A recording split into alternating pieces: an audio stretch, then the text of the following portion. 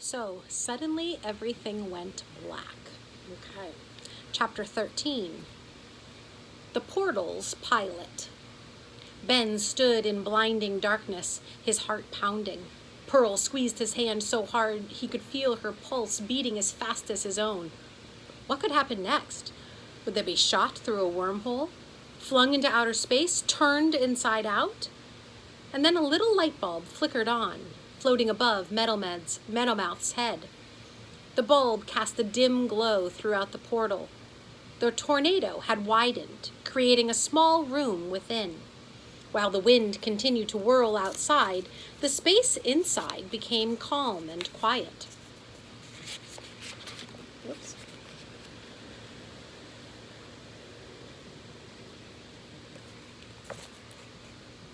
What do we do now? Ben asked the dragon. Meadowmouth spit out the tennis ball. We gotta wait for the captain. The captain? Welcome to the portal, a squeaky voice said. Both Ben and Pearl jumped. Ben could have sworn that there were only 3 of them that had entered the tornado. Where exactly had that voice come from? Pearl released Ben's hand. Who's that? She asked. This is your captain speaking. Destination, please. Meadowmouth sat on his hunches. We gotta go to the Land of Rain. Setting course coordinates now. Please fasten your seatbelts. Prepare for takeoff. Seatbelts? Ben said. But we're standing. And the floor began to vibrate. And then suddenly the portal shifted. Ben and Pearl tumbled against Meadowmouth. In case of water landing, life jackets are located beneath your seat cushions. In case of sudden loss of altitude, oxygen masks will fall from the ceiling.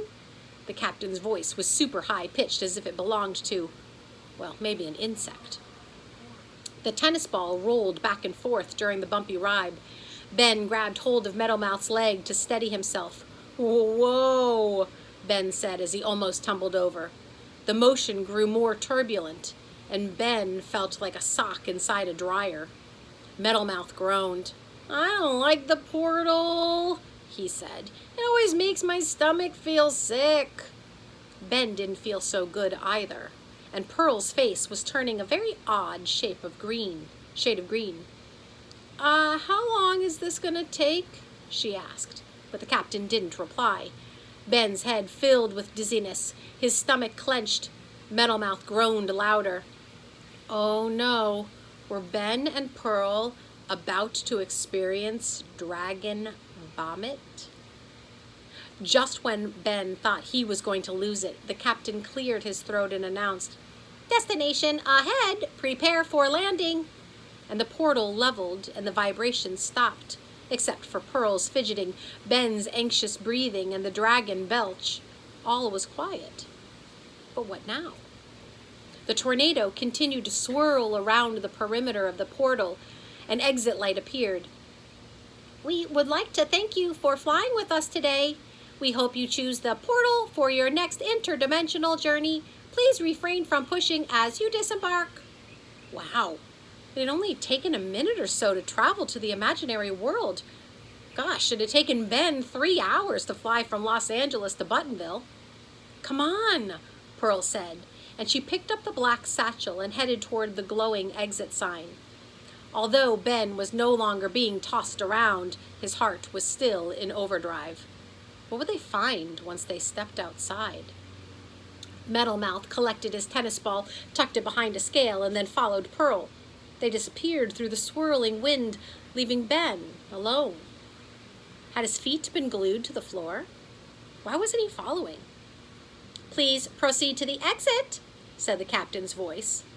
Ben realized he had been gripping the vial of fairy dust so tightly that his hand was throbbing. Violet, the switchboard operator's words echoed in his mind. Only way home, only way home, only way home. Meadowmouth stuck his head back through the tornado. Hey, Ben, what you doing, huh? What you doing? Are you scared? No, Ben said, but he lied.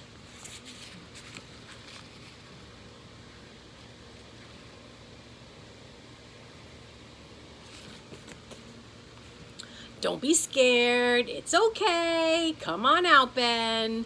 His red eyes twinkled. Ben carefully tucked the vial into his pocket, hoping that his mom and dad wouldn't wake up tomorrow morning to the following newspaper heading: Benjamin Silverstein, age 10, disappeared mysteriously after traveling to another dimension without asking his parents for permission. If Pearl could do this, he could do this. And after checking to make certain the vial was safe, he stepped through the wind. Dun dun dun.